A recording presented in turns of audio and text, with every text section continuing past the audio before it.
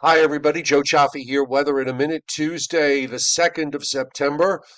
We have another nice weather day ahead. Weather conditions are just rather quiet across much of the eastern United States, except for a few pockets here and there.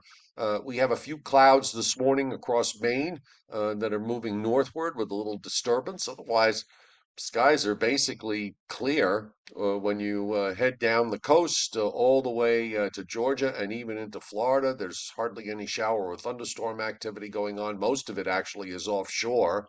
And there's also a little area, you can see a little turning here in the lower and middle Mississippi Valley, where we have a little bit of scattered shower activity and some thunderstorms in the mix there, as well as up in northern Minnesota, with a weather front beginning to move southeast and east. And meanwhile, here in the eastern part of the United States, very quiet from the radar standpoint, no precipitation echoes.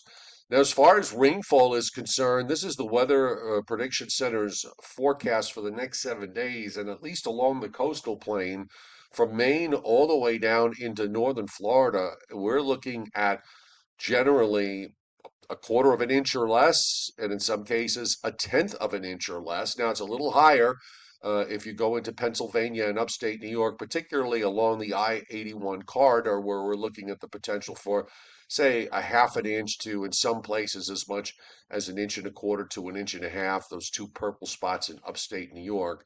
And also around the northern Great Lakes, we're seeing an increase in precipitation. Southern Florida, for example, an increase in precipitation where several inches or more of rain is likely.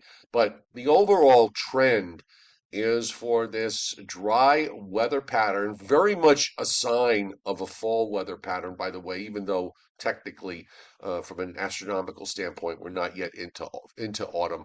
But it certainly has behaved that way for the last week and a half, and it's going to continue to behave this way. We have a stubborn high in the east that's going nowhere, so we're looking at temperatures that'll be generally topping out in the mid 70s. Maybe some warm spots will get to the upper 70s to around 80 degrees. That range, dew points are low. We roll on through Wednesday, the same thing.